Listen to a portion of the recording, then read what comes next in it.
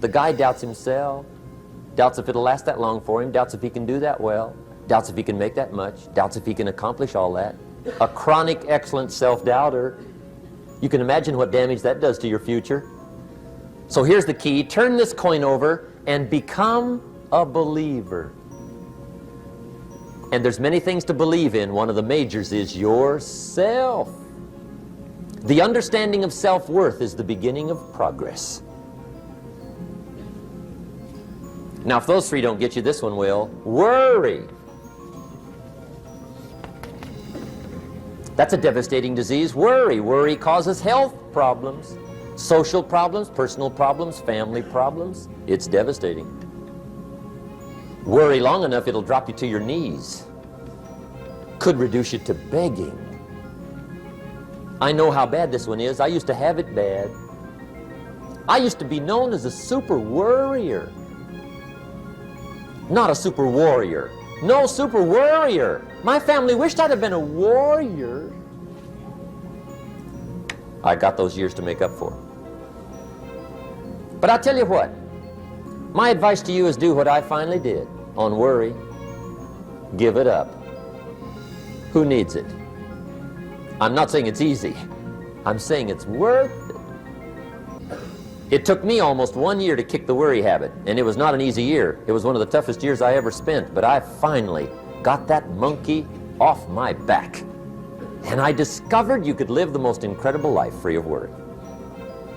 Not free of challenge, not free of difficulty, free of worry. I learned how to do it, and you can.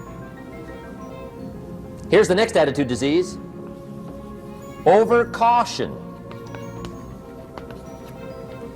Some people never will have much. They're too cautious. Now, you can also be too reckless, but you can also be too cautious. This is called the timid approach to life. And my caution was always the risk. Risk used to drive me right up the wall. I used to say, what if this happens? It's called the language of the poor. What if this happens? And on top of that, if this was to happen, look at the fix I'd be in. I better not try. I could always ace myself out. Then I'll tell you what changed my whole life when I finally discovered it's all risky. The minute you were born, it got risky. If you think trying is risky, wait till they hand you the bill for not trying.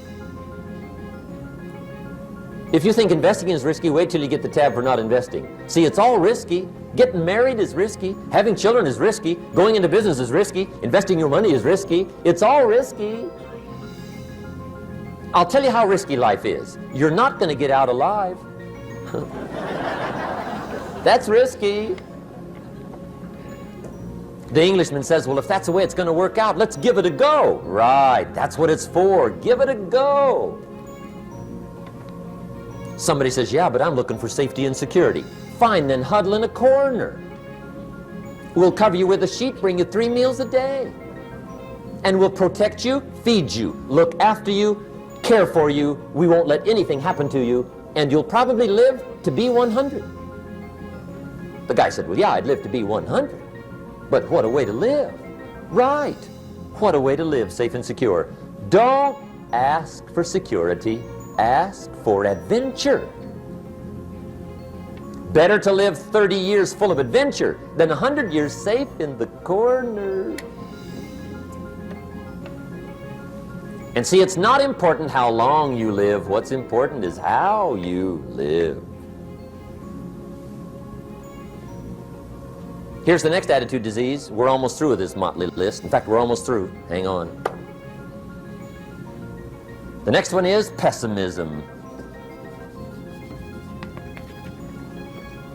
Pessimism, the deadly disease of always looking on the bad side, the problem side, the difficult side, checking all the reasons why it can't be done. The poor pessimist leads an ugly life. He doesn't try to figure out what's right. He tries to figure out what's wrong. He doesn't look for virtue. He looks for faults. And when he finds them, he's delighted. How ugly. This is the poor guy looks through the window, doesn't see the sunset. He sees the specks on the window.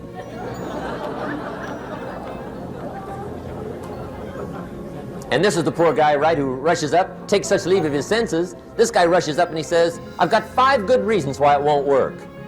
He's so dumb he doesn't know all he needs 1. He's got 5.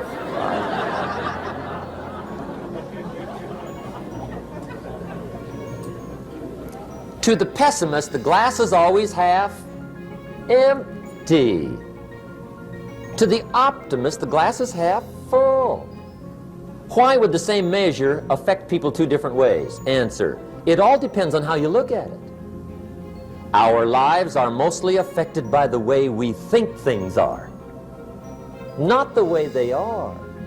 The way we think they are affects us most.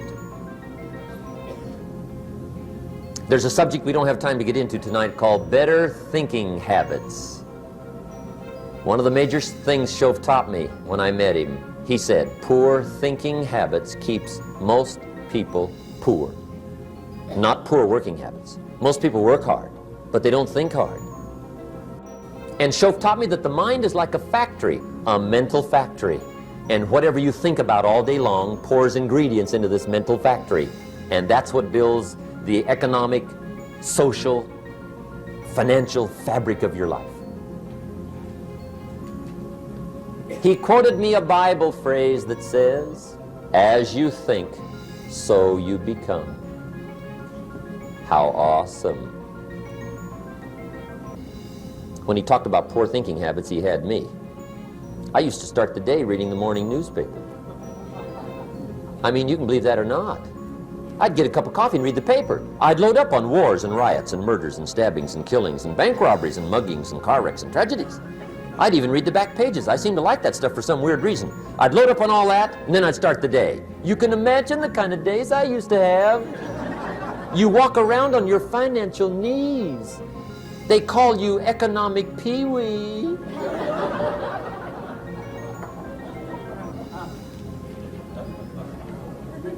The guy says, I want to be a great leader. Wonderful. The first thing we do is follow him to his house. When we get there, we walk in and check his library, number 1. Somebody says, well, why check his library? The reason is because what a man reads pours massive ingredients into his mental factory, and the fabric of his life is built from those ingredients. You would not believe what some people have got in their house to read. You would not believe. One of the best dressed up words I know for a lot of it is trash. Can you imagine dumping a barrel of trash into this mental factory every day and coming out with a rich, dynamic, positive life? It can't be done. You might as well try making a cake with cement. The kids back in Danbury, Connecticut, high school, they're asking me questions one day. I'm talking to the kids. Kids got good questions these days. One of them said to me, Mr. Rohn, how do you build the good life?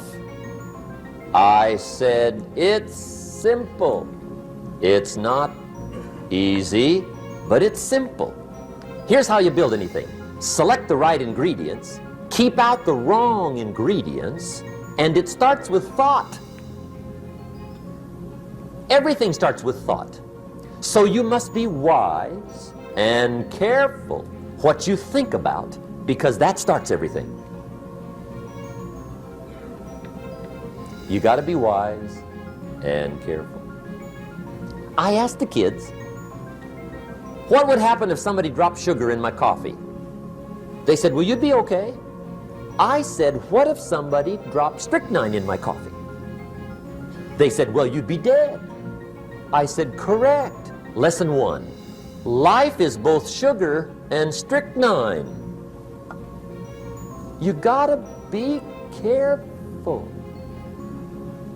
I said, what if my worst enemy drops in the sugar?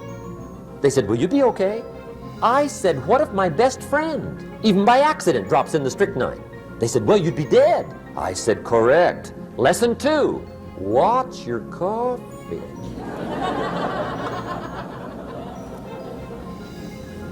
You got to be careful. See, it doesn't matter who hands you the bad stuff. It doesn't matter where you get the bad stuff. It'll still do its damage on your bank account, wherever you get it. Mr. Schoaf gave me one of the greatest phrases when I first met him when he said, Jim, every day stand guard at the door of your mind. How important. Stand guard at the door of your mind. And you decide what goes into your mental factory. Don't let anybody just dump anything they want to in your mental factory, because you've got to live with the results. Okay, here's the last disease, and we're through with this list. In fact, we're almost through. Hang on. The last subject is very brief. The last disease, but this one is deadly. Engage in this one, indulge in it even slightly, and you might as well forget the future, because it's going to forget you. Complaining, crying, whining, griping, a Bible word called murmuring. See, that'll ace your future. Spend 5 minutes complaining, and you have wasted 5. And you may have begun what's known as economic cancer of the bone. Surely they will soon haul you off into a financial desert and there let you choke on the dust of your own regret. I hope I said that well, so you won't forget. It's a deadly disease. If you don't think it's bad, ask the children of Israel of Old Testament fame. Typical of us all, their story just happened to get in the book. Story says, children of Israel were slaves. God performed a series of dazzling miracles and got them out. And now they're heading for the promised land. Remember the story? Heading for the promised land. Tragedy of the story, they never got there. Reason. From day one, they started to complain. They griped about the water. They griped about the weather. They whined and cried and griped about the food. They griped about the leadership. They whined and cried because it was too far, too cold, too hot, too difficult, too miserable. I mean, they whined and cried for years. Finally, God said, I've had it, trip canceled. Or something like that. The story says they died in the desert, never got to the promised land. Which I think means 2 things. Indulge in this long enough, you get your future canceled. And I guess it also means even God Himself can only take so much.